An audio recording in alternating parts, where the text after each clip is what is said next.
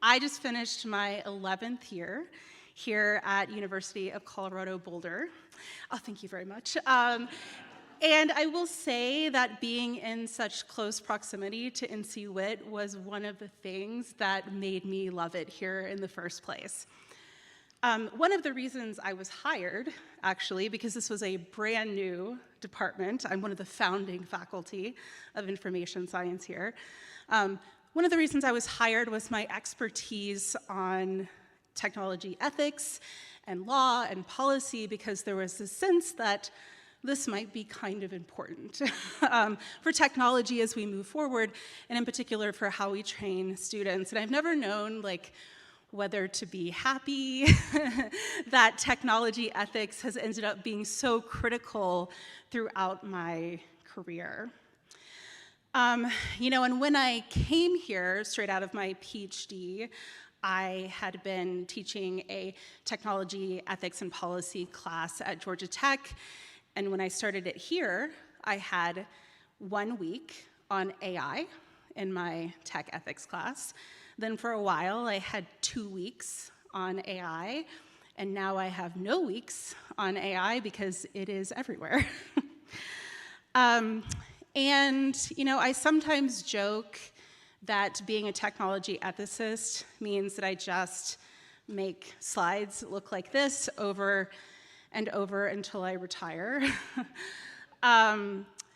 We are hearing constantly about controversies regarding AI, whether it is privacy violations, mis and disinformation, labor impacts, lots of things we hear about with respect to cognitive de-skilling, ways that it's impacting students and artists and everyone.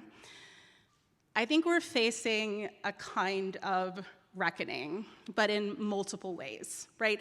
This is one of them. And it's not surprising that people have started to notice this, right? We have this kind of techlash that's happening. I would describe this maybe a little bit as a branding problem for the tech industry, for computing right now. We've seen this for a while. It's not just about AI. But we are starting to hear more and more about this, and I worry a little bit that it bleeds into other spaces. It's also not entirely fair, but it is what we're seeing. And we're seeing this in particular with young people lately. You might have heard over the past month or so some examples of commencement speakers being booed when they talk about our positive futures with AI.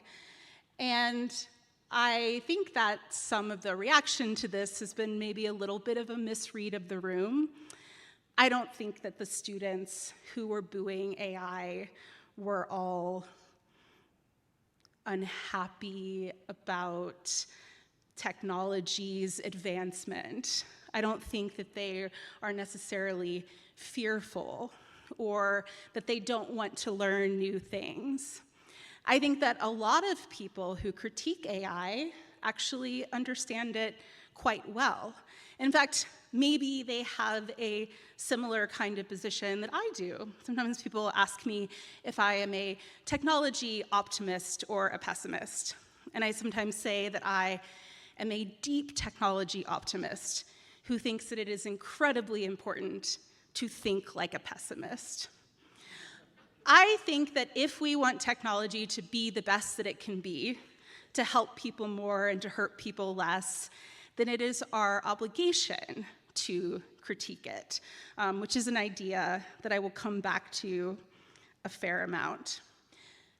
A graduate student who's working with me is actually studying student AI resistors right now, though we did in our recruitment word that a little more neutrally, students who avoid AI. We did not have any trouble recruiting for the study, for the record. We got probably twice or 3 times as many students volunteering to do interviews than we actually needed. But one of the things we're finding is that one of the big reasons that students are avoiding AI, and I think that this might give some of you some hope, a little heartening. We hear about things like environmental impacts and misinformation and these sorts of things, but the biggest one so far is cognitive effects. Students are saying, I want to learn things. I want to use my brain as much as I can. I worry that if I use generative AI in some of the ways that I see my classmates using it, that I might not learn the things that I need to learn.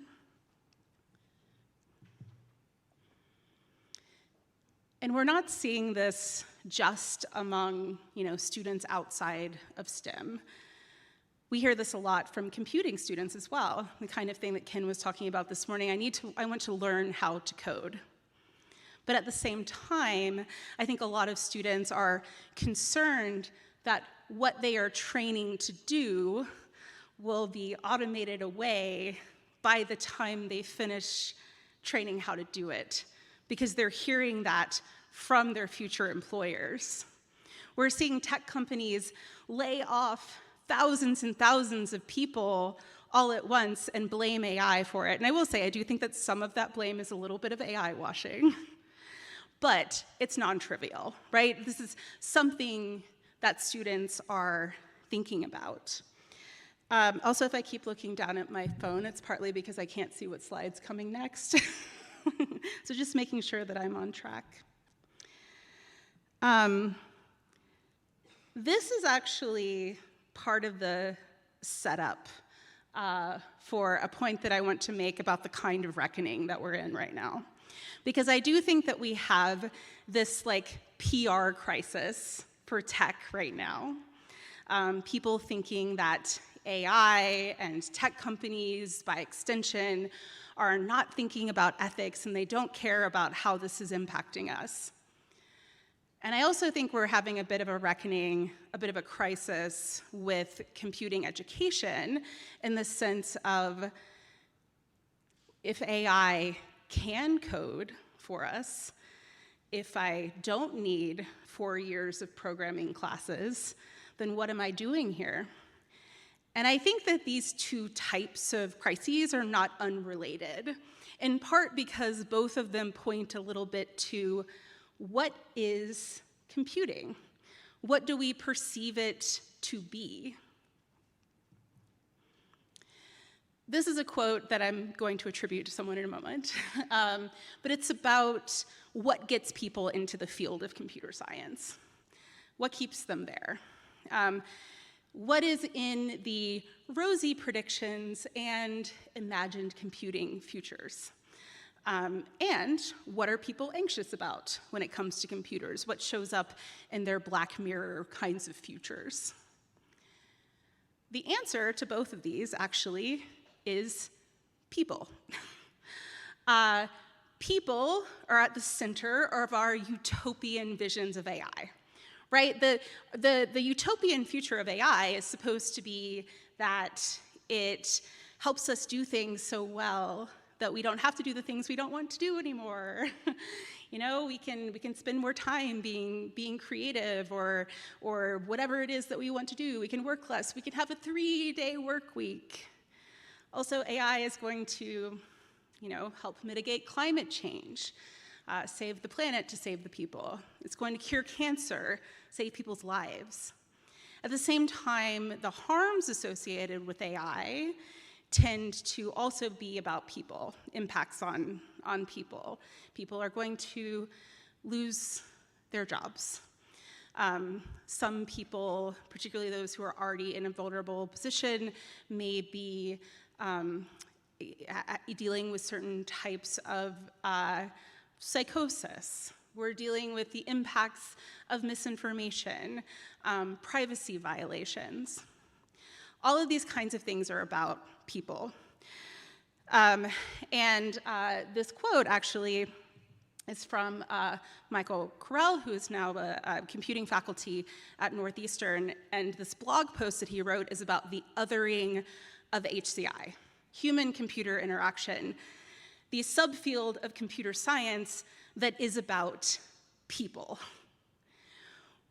The point he's making here is that if people really are so central to everything that we're doing in computer science, if the ways that humans interact with computers is central to both the promise and the peril of computer science, then why is the field of human-computer interaction not also as central to computer science as a discipline? This is from farther in that blog post, and before I read this part of this to you, I just want to assure you that this is not a unique experience to the person who wrote this blog post. And he talks about HCI as an other, a less serious place to be shunted aside or begrudgingly included for marketing reasons, so the serious men in real computer science can get on with the actual work. HCI as a bless your heart, patronized computer science, peripheral marketing fluff. He talks about how when he was on the job market, he was asked to make sure that his work was legible to CS departments by including little winking asides that even though you primarily do HCI work, in your heart of hearts, you're actually secretly a database guy, a machine learning guy, or otherwise really CS. When I was a PhD student, I went slightly viral on the internet. A non-zero number of you might know about this, actually. I created a feminist remix of a sexist book about computer engineer Barbie. And when this happened, someone wrote an extensive blog post, a 5-paragraph essay, about how I had no place critiquing the field because I was not a real computer scientist, because my PhD is in human-centered computing. This did not get better when I started studying ethics, specifically. 30 years ago, the National Science Foundation funded a task force to figure out how to do ethics and social impact in computing education. They came to the conclusion at the time that this actually is very important. In fact, they recommended not only having standalone computing ethics courses, but also that ethics should be integrated throughout the entire curriculum. This was in 1996. And at the time, they published this piece in Communications of the ACM, and in the next issue of Communications of the ACM, the dean of a computer science department published a letter to the editor. Very upset. This proposed subject matter is not computer science. There's no algorithms, there's no data structures or math or software development, no theory. It's hard to imagine a computer scientist teaching these things.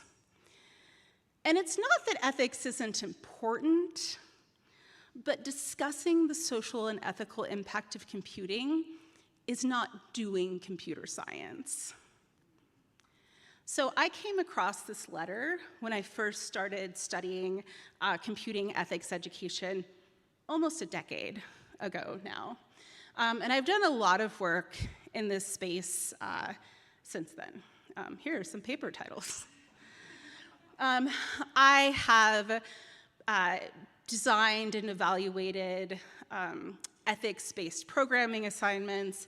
I have talked to students about how they feel about the role of ethics in their education. I have surveyed instructors about how they see the promise or the barriers to integrating ethics, particularly into technical classes. And throughout all of this, I've just been more convinced that this is how we should be thinking about the role of ethics in computing education, that it's actually very important, but for some reason, even though 30 years ago, some people told us what we should be doing, we're still not quite there yet. early in this journey for me as well, because as I said, I started doing this work about 10 years ago, a little bit less than that. Something that I found very surprising, or very inspiring, that's not a good way to talk about this, Cambridge Analytica. A lot of people were talking about a tech ethics reckoning in the context of Cambridge Analytica. I think because it was such a big story and people kind of got it, right? This op-ed really stuck out to me at the time. This was written by Yontung Zunger, who I believe at the time was an engineer at Google and now is a VP for AI safety or something along those lines at Microsoft. And one of the things he said in this op-ed was that software engineers continue to treat safety and ethics as specialties rather than the foundation of all design. And I had such a light bulb moment when I read this line in 2018. And I said, yeah, I think that's it. And I think one of the reasons that we have this problem is because this is how we teach computer science. I wrote this sort of response at the time, talking about what this kind of crisis said about computer science education.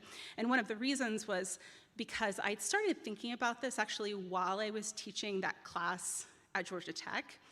It was the required computer science ethics class. It was senior level. So by the time the students got to me, they had just spent 3 years learning how to be a computer scientist, right? All the things that are important about being a computer scientist and the things that you're learning how to do in these classes and the values associated with it, I don't know, efficiency, optimization. And then they get to me and I'm like, here are all the things you should have been thinking about all along. And they're also learning it not in the context of the technical stuff that they learned. And if you're learning it that way, and I will say this is particularly true if ethics is not even required, if it's an elective, then suddenly an elective, it's a specialization, right? You take an elective because you're specializing in something. You're gonna do cybersecurity or human-computer interaction or ethics. Well, I'm not gonna be the ethicist on the team. I've been using this metaphor for a while. There is a person whose job on a construction site is safety engineer. They are a specialist, they have trained to do this. They are the person who knows how to deal with the safety problems. That does not mean that the person putting up the drywall sees a rusty nail sticking out of the ground and is like, well, I guess that's the safety engineer's job to deal with that. Or worse, they don't even notice the rusty nail, or don't know that it's a problem, don't know that it's dangerous.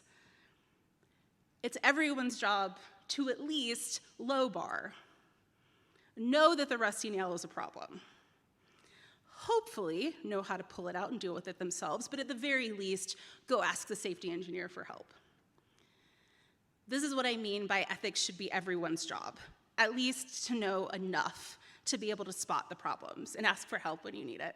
Now, I gave a talk like this a number of years ago, and someone raised their hand and said, what if the entire ground is rusty nails?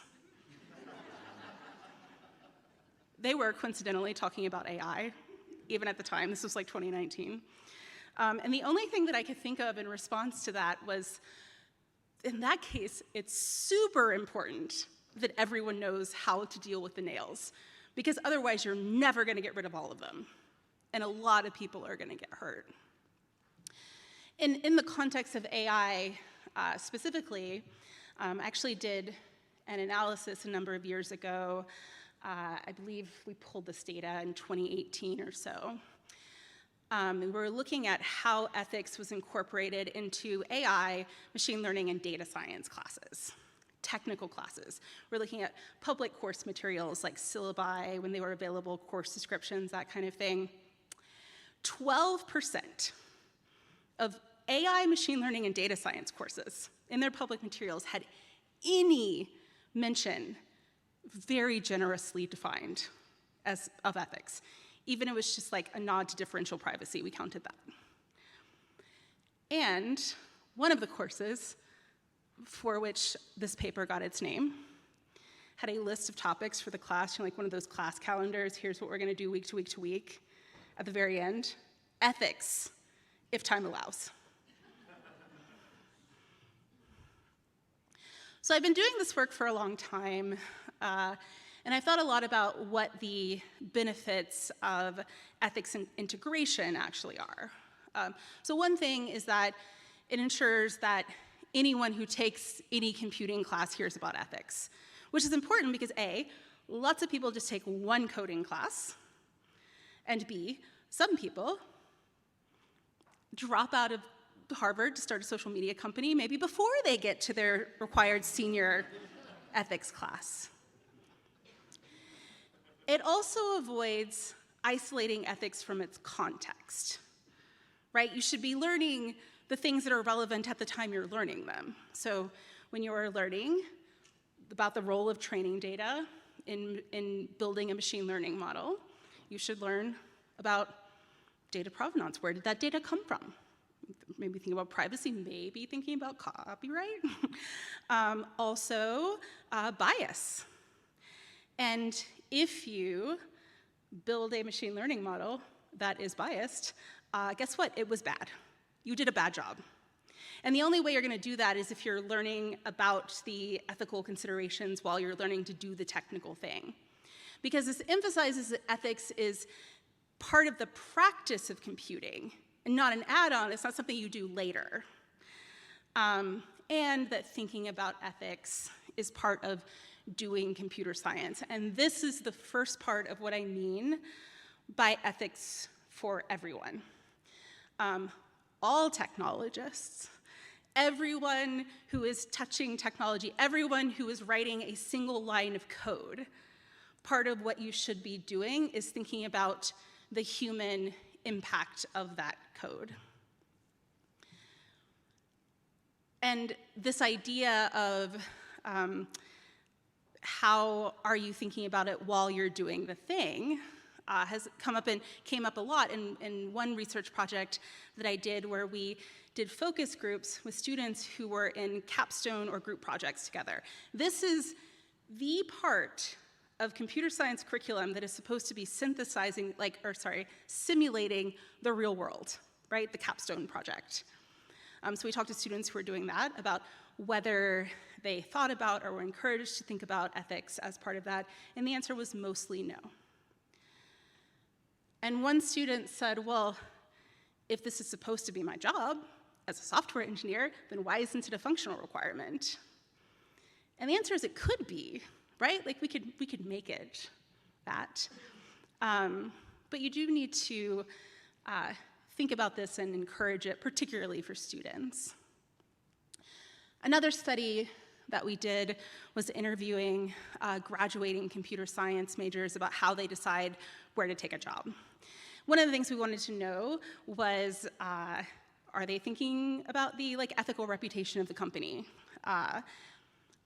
We asked them, though, a bit about the role of their educational experiences in thinking about this, and almost every participant said that they did not think that knowing about ethics was going to particularly help them get a job or matter in getting a job. In fact, some of them told us that they were pretty sure that knowing too much about ethics would help them not get a job. And this is part of what I mean by techlash as well. Not just talking about the general public. I'm not talking about Luddites here. I'll come back to that word in a minute. I'm even talking about some of our own students who are preparing to go into the industry think that the industry does not care about ethics. Like I said, part of this is a PR problem, and it might not be entirely fair, but this is part of what's happening right now. Here's the Luddites. And again, I want to emphasize, that this isn't just anti-tech kind of rhetoric here. I've gotten called a Luddite a lot on social media, mostly. And I think there's this sort of misunderstanding, but interestingly, the sort of real story of the Luddites is probably even more appropriate to this moment than people think. So the textile workers of the 19th century, the ones who eventually smashed mechanical looms. A lot of them were actually skilled machine workers. They weren't anti-technology. They were anti-exploitation. They were anti-systems of power that they had no say in. They were anti the flooding of the market with cheap and poor quality goods. They were anti-machines that were bypassing labor laws. They were not really fighting the machines. They were fighting the factory owners. And they were fighting the systems of power that came up around the machines. And similarly, today, a lot of anti-AI rhetoric isn't necessarily about the technology. It's about the system that is growing and determining who benefits from the technology and who is harmed by it. And one of the reasons why this becomes particularly salient with AI is that, and this is not just about generative AI, everything from recommender systems on social media to hiring algorithms to image generators. The harms of these kinds of technologies have traditionally disproportionately impacted minoritized and marginalized and vulnerable groups. And this is not even just about bias, for example. This list, Taxonomy of Large Language Model Risks, is from a 2022 paper written by researchers at Google, actually. And you do see, bias and discrimination, exclusion, and hate speech on here. But also, all of these harms disproportionately impact those groups. Electoral misinformation is more likely to impact people who are in communities that already have barriers to access. Marginalized groups are often the subject of disinformation campaigns. Older adults, people with cognitive disabilities, people with poor financial literacy are the most vulnerable to scams. And then also people without access to legal help or financial safety nets tend to be more harmed by things like fraud and scams. People who are already in vulnerable positions are particularly vulnerable to privacy violations. Undocumented immigrants, domestic violence survivors, queer people in hostile environments. And also marginalized communities tend to be the subjects of surveillance, which then means that they have larger data traces that they might not even realize. People who are already dealing with mental health conditions, grief, social isolation tend to be particularly vulnerable to dependent or unhealthy relationships with chatbots. Traditionally, automation has displaced lower socioeconomic or lower skilled types of jobs. We've also seen recently data about how current AI displacement is particularly impacting women because of the types of occupations that have high AI exposure. And of course, frontline communities and communities near data centers are the most impacted directly by the environmental harms of AI, and these are often low socioeconomic communities and communities of color.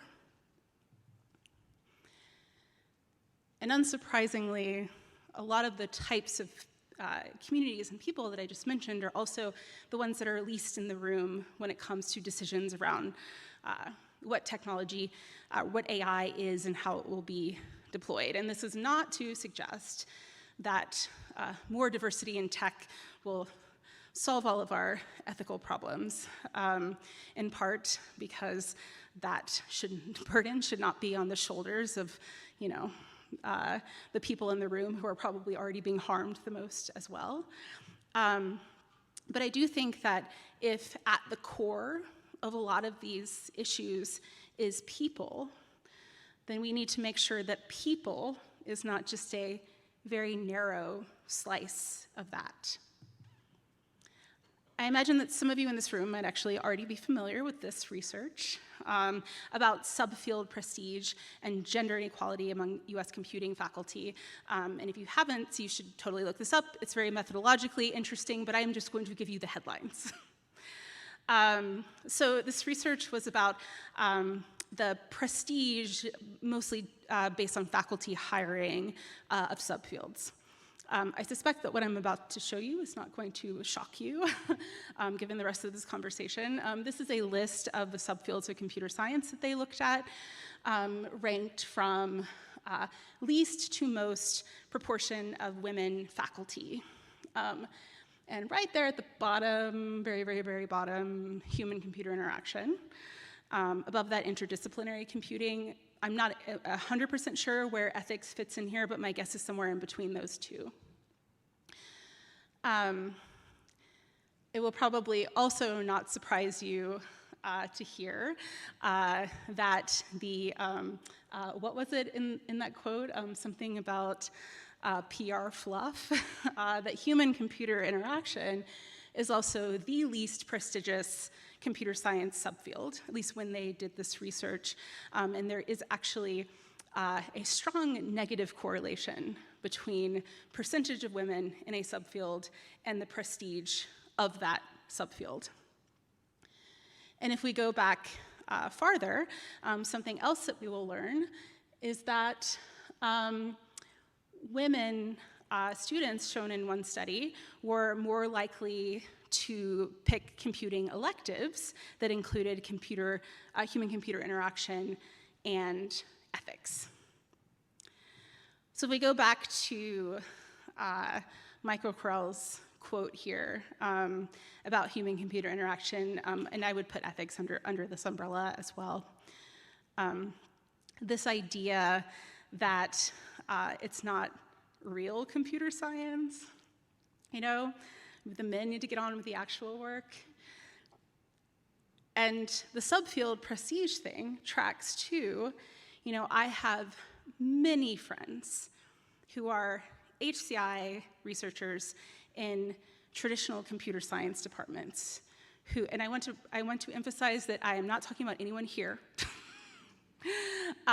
who are HCI faculty in computer science departments who were terrified about their tenure case because of this idea that it's not real computer science. Where's the code? Where's the numbers? What's all this qualitative research? What's all these people? I would say that understanding people is perhaps one of the hardest things to do, and yet here's people terrified about their tenure cases even though they're publishing 10 Chi papers a year.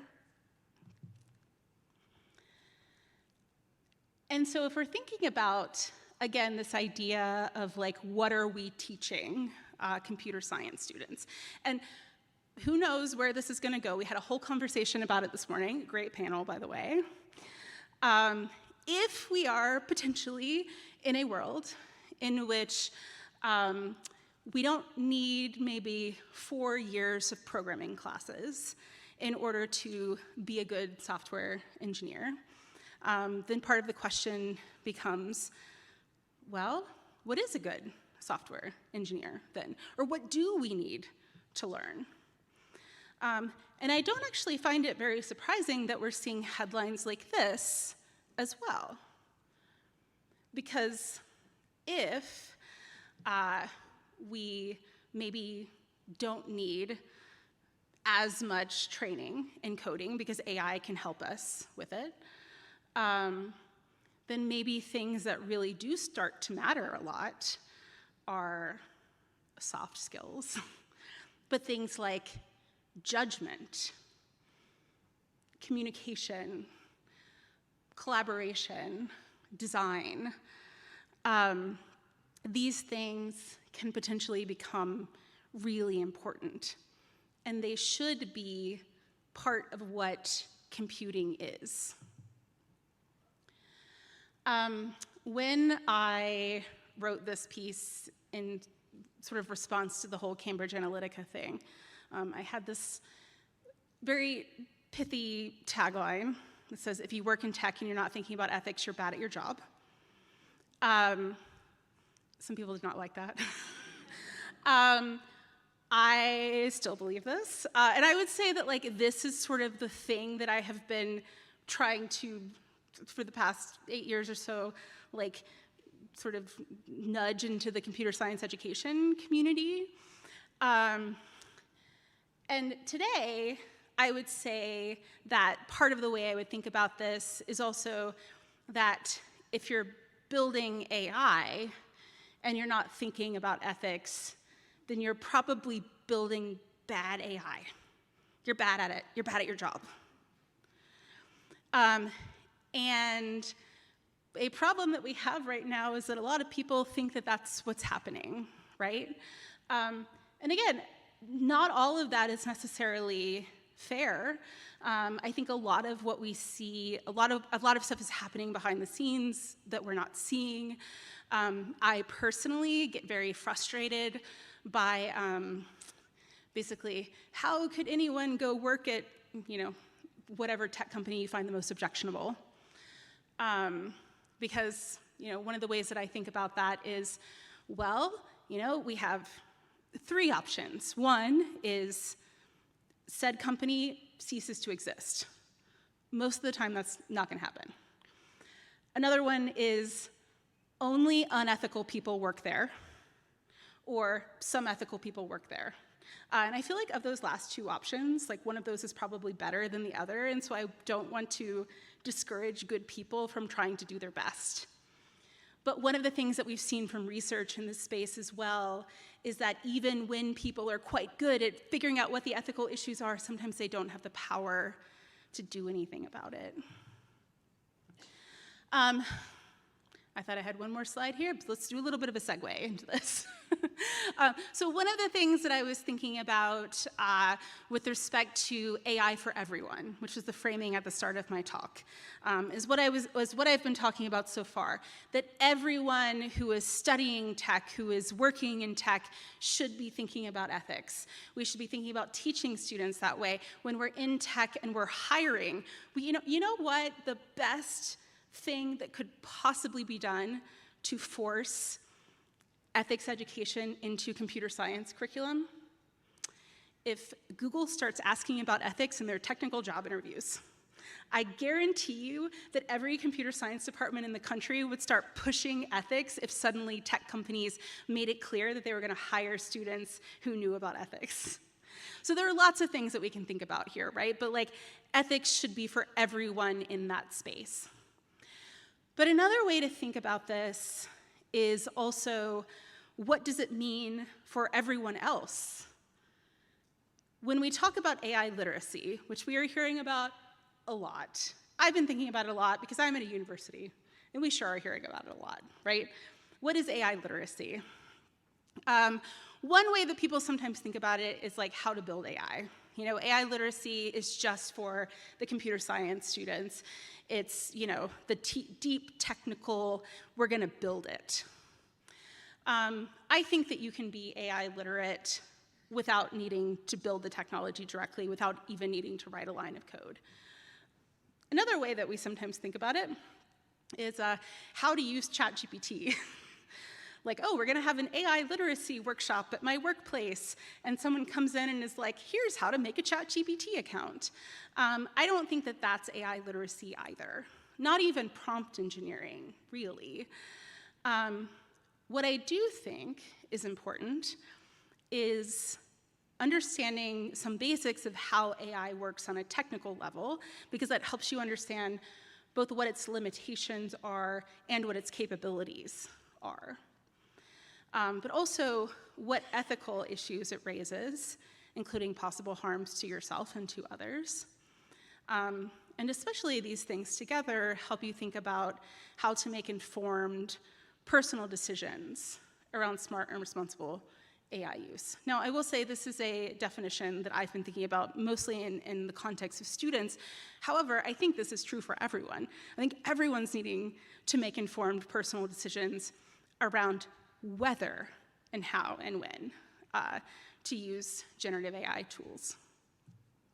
And when I talk about, the technical understanding, one of the reasons that I think this is really important is because a lot of the harms that we hear about, or the limitations, these aren't like tacked on.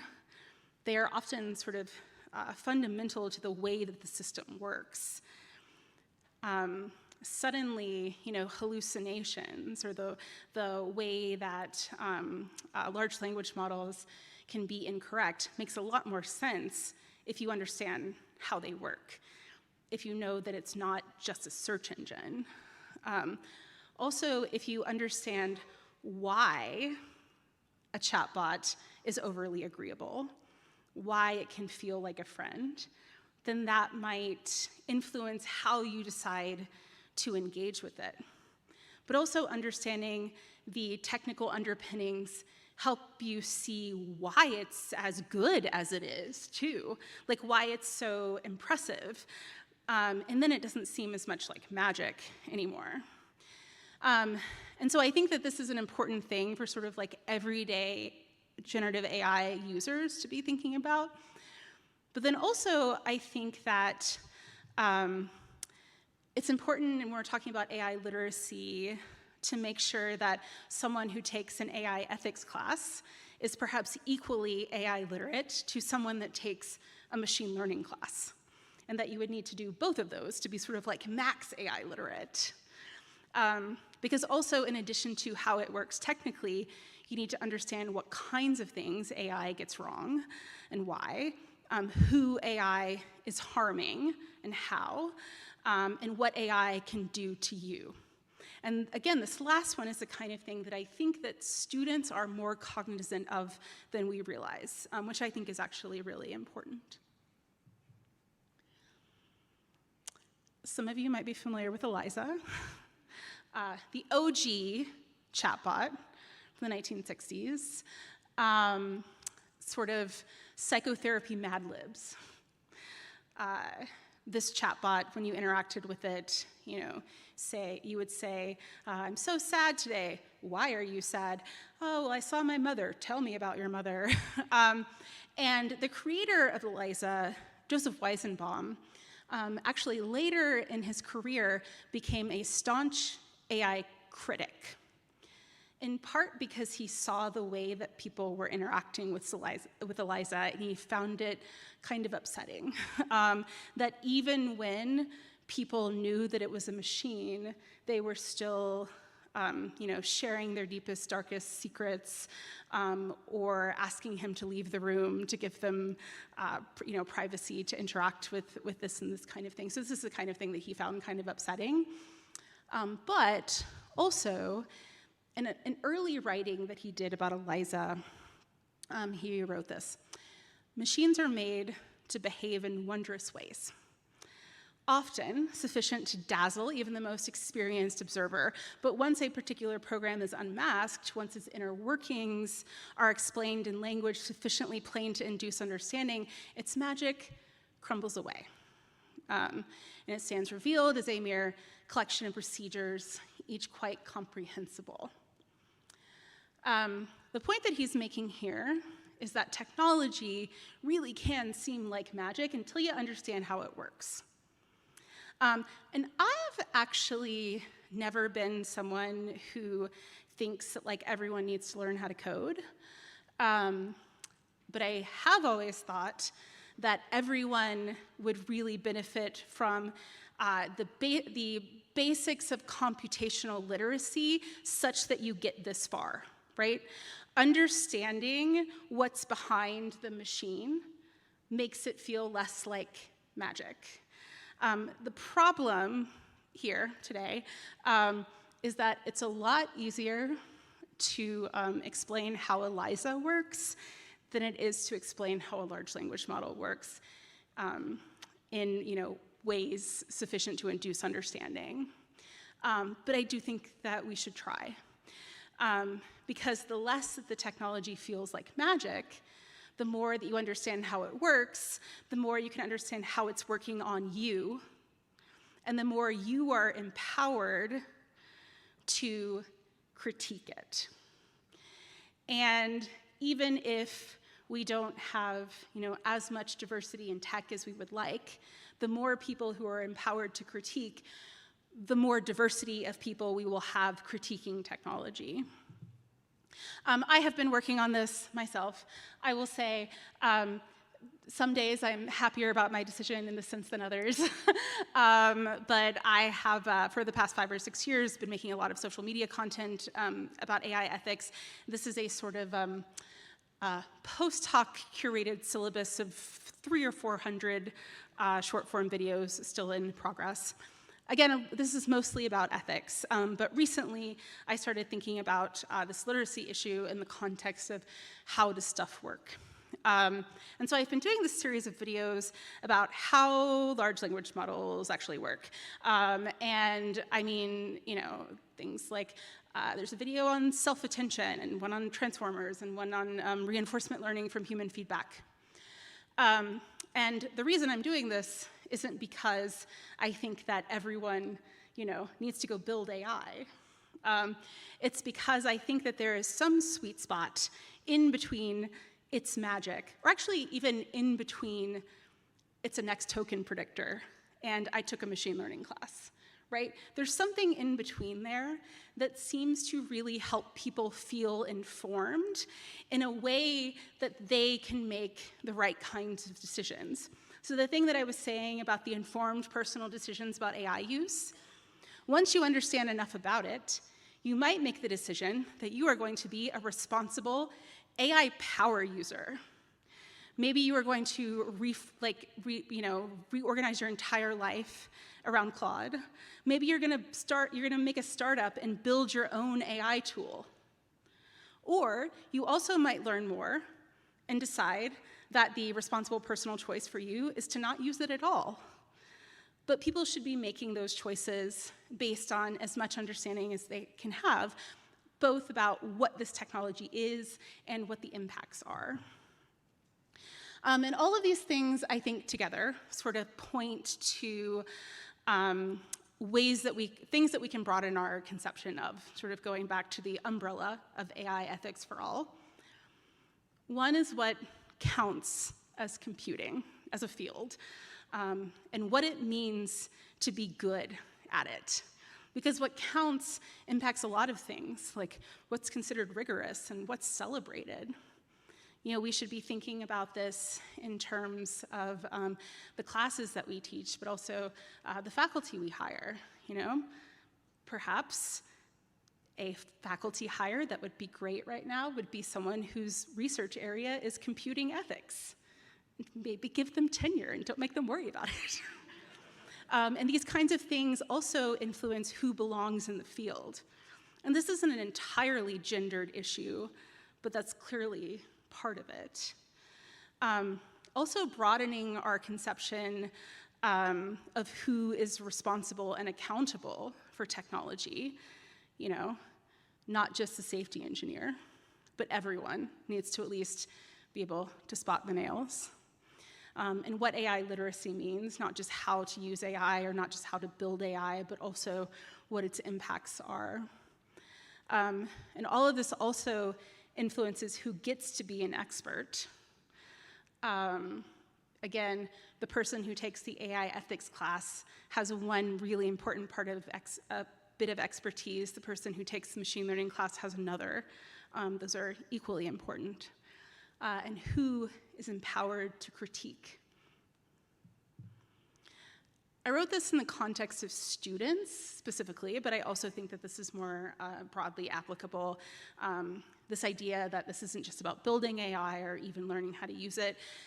But the important thing is that we need to understand it and question it in order to engage with it wisely, but also that the people who can do all of these things are who ultimately help decide what it becomes, which shouldn't just be the people who are building it, but also people who are impacted by it and can have a voice in what the future looks like. As I said at the beginning of this, I am an optimist, really, I swear, who thinks that it's important to still think like a pessimist. And that's because if you are hopeful for technology, if you really think that this is going to change the world, we're going to do all of these great things with this new technology, then critique should be our obligation to make sure that it is the best that it can possibly be, which I think is something that everyone has a part in. And I will leave it at that. Thank you.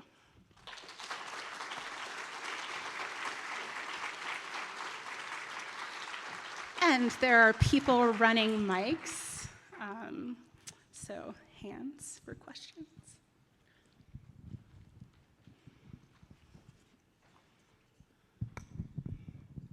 Hi, Casey. I'm Jeff Forbes. I had a question about ethics throughout the curriculum. So everyone, I very much agree, but the critique we always get back when we say we're going to do this is, well, are faculty well trained to do so?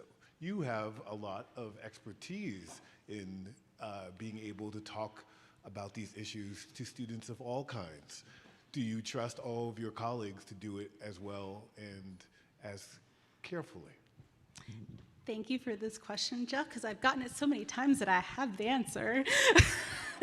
And there's a couple of elements to this too. And I will say, so I mentioned survey work on barriers for faculty integrating ethics, and one of them was I don't know enough, right? So one thing is that I do think when people hear me say, I want you to talk about ethics in your machine learning class, what they think I mean is I want you to read Kant. That is not what I mean, right? Ethics is not moral philosophy. And I didn't do this time, I sort of skipped past this, but usually I'll give a sort of disclaimer at the beginning that when I say ethics, I don't mean moral philosophy, it's this bundle of things and, responsibility and justice and these sorts of things. I do think that if you are a machine learning professor, and you are doing the work that you need to do to stay up on your field, I think that you can probably learn enough about machine learning ethics, very narrow applied, to teach it to undergrads, right?